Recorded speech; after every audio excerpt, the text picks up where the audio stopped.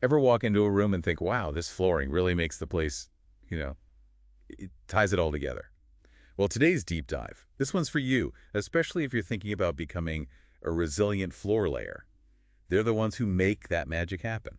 It really is a blend of artistry and technical skill. We're talking linoleum, vinyl, cork, all those flooring options that are both durable and stylish. And we're here to equip you to absolutely nail that interview and step onto that job site with confidence. We've got a stack of resources right here, career overviews, even actual interview questions. We'll break down not just what they'll ask you, but why they're asking it. Okay, so let's unpack this first question from the RoleCatcher Interview Guide. It's like, what experience do you have in laying resilient flooring? Seems simple, but I bet they want more than just a list of places you've worked on. You're right. It's basic on the surface, but it's your golden opportunity to showcase, the whole process, A to Z. So instead of just, I've worked on floors for X years, talk about the types of flooring you've handled, linoleum, vinyl, cork, get specific. Have you done the measuring, the cutting, the adhesives? What about making sure that surface is level? Those are things they want to hear. Painting a picture with your words, like, this is me, I've got this. Exactly. And this is where RoleCatcher's AI. Game changer. Picture this. You plug in keywords straight from the job description, moisture barrier, subfloor prep, right into their platform. That sounds handy. It analyzes everything, helps you refine your answers so they match exactly what those employers care about. It's like having a leg up, Okay, so you've wowed them with your general experience, but then they hit you with, how do you ensure the flooring is level and smooth? Again, seems simple, but I bet it's not just saying, I use a level, right? You're catching on. It's about walking them through your process, how meticulous you are. Mention prepping the subfloor, checking for bumps, dips, the whole 9 yards. Don't just say spirit-level straight edges. Laser levels for big projects. Show them you're thinking of it all. You're not just a leveler, you're a floor whisperer, making it perfect. I like that. Now, here's where a lot of people stumble. How do you choose the right adhesive for the job? Tempting to say whatever the manufacturer says, but they want more. It can't be as simple as glue is glue, can it? You'd be surprised how often people think that. This is where you prove you understand that different adhesives are made for different materials and subfloors. You consider the flooring, the subfloor concrete, wood, even existing flooring, and you know your stuff. Showing them you're not just slapping things down, there's thought behind it. You got it. You take pride in doing things right, and that matters. Speaking of doing it right, next up, how do you ensure the flooring is cut to the correct size? I mean, yeah, measure twice, cut once, but that's like basic advice for life, not this job specifically. Exactly. That saying holds true, but you got to emphasize how you make sure those measurements are spot on in the first place.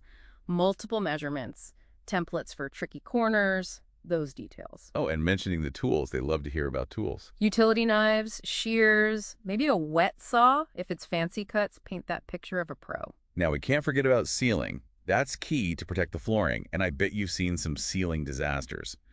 So when they ask, how do you ensure the flooring is properly sealed, what's the game plan? Oh, sealing, it can make or break the whole thing. You emphasize sealing all edges, every seam, and using the right sealant for that flooring. Get a little technical even. So is it moisture-curing sealant or a chemical cure? You know it. And mentioning following those manufacturer instructions to a T, drying time, good ventilation, those details show you're not cutting corners. It all points back to expertise and that you're not messing around.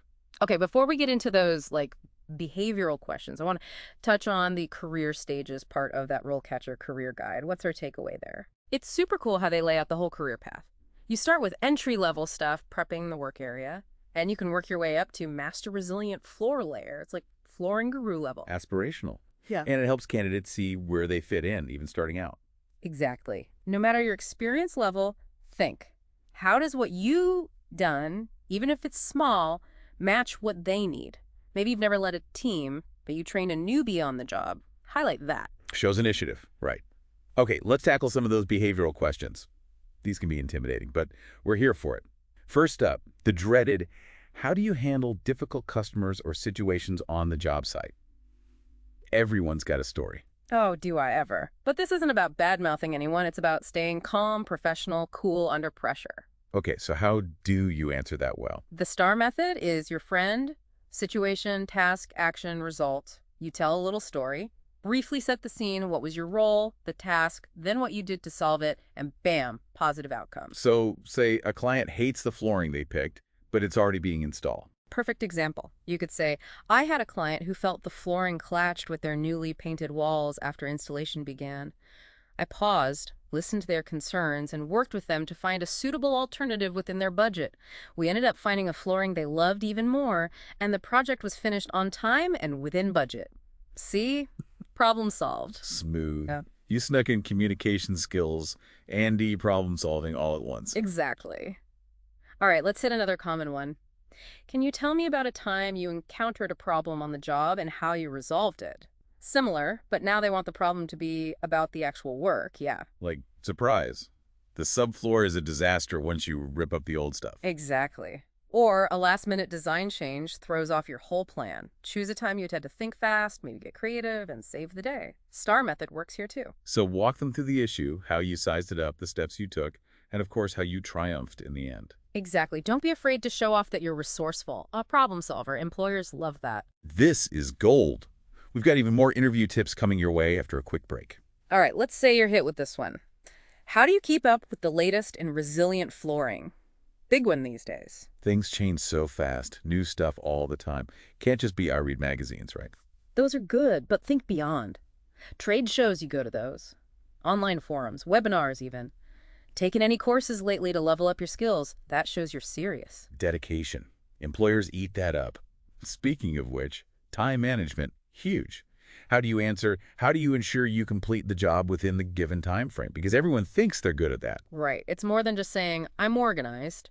Give them specifics. Project management apps, breaking down big jobs into smaller chunks, you know? What about those unexpected things that pop up? Ever had to adjust a whole flooring plan because of something you didn't foresee? How'd you handle IT?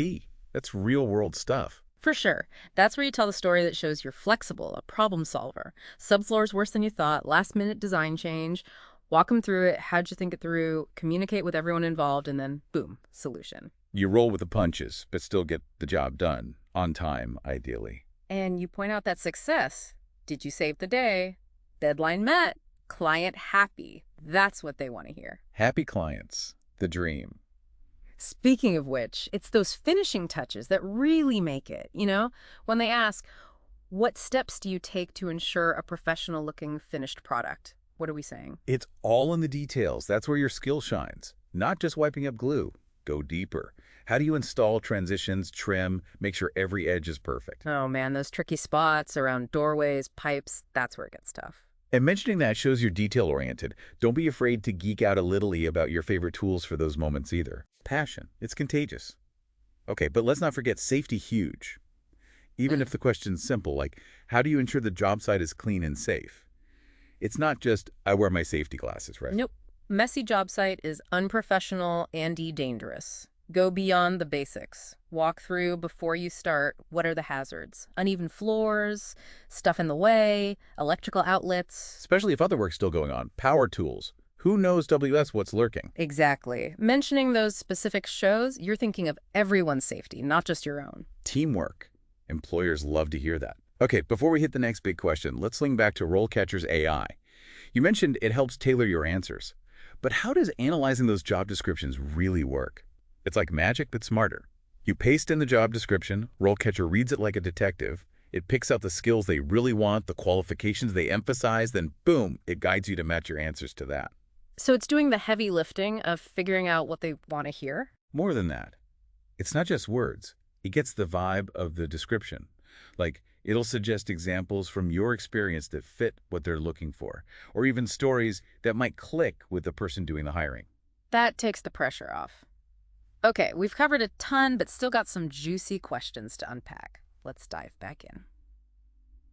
All right, we're back, ready to tackle the final hurdles, those make-or-break questions that stand between you and that resilient floor layer job. This is where all that prep comes together. We're giving you the tools to really shine. Let's talk about the one that makes everyone sweat a little. What are your salary expectations? Ooh, tricky. It's this, but you can handle it. Key is be ready. Before you even walk in, know the average salary range for this kind of work in your area with your experience level. RoleCatcher to the rescue again. They have that salary comparison tool, right? Yep. Location, experience, company size, all that, filter it down, know what you're worth. Then you can give a range confidently. And don't be afraid to, like, aim a little high, right? Yeah. Especially if you've got those in-demand skills, maybe experience with those eco-friendly materials. That's hot right now. Exactly. You bring the value. Okay, another one that trips people up. Why are you interested in this particular company? Sounds innocent enough. But they're totally trying to see if you even know who they are. So Bingo! Research time, website, projects they've done. What's the company culture like? You got to dig that up beforehand. maybe they're known for being innovative or super into sustainability, that kind of thing. Find that thing that clicks with you, and then you're not just reciting what you found, you're genuine. Makes sense. Okay, as things wrap up, you're going to get the classic. Do you have any questions for US? And this is your time to shine, not just be like, nope, I'm good. So what kind of questions are good, like universally? Asking about professional development, that always shows you're thinking long term. Yeah. Or how they handle mentoring new hires. Or maybe there's a specific kind of flooring you love working with. Ask about their experience with that. Exactly. It's got to be genuine to you, but shows you're already picturing yourself there. We covered so much.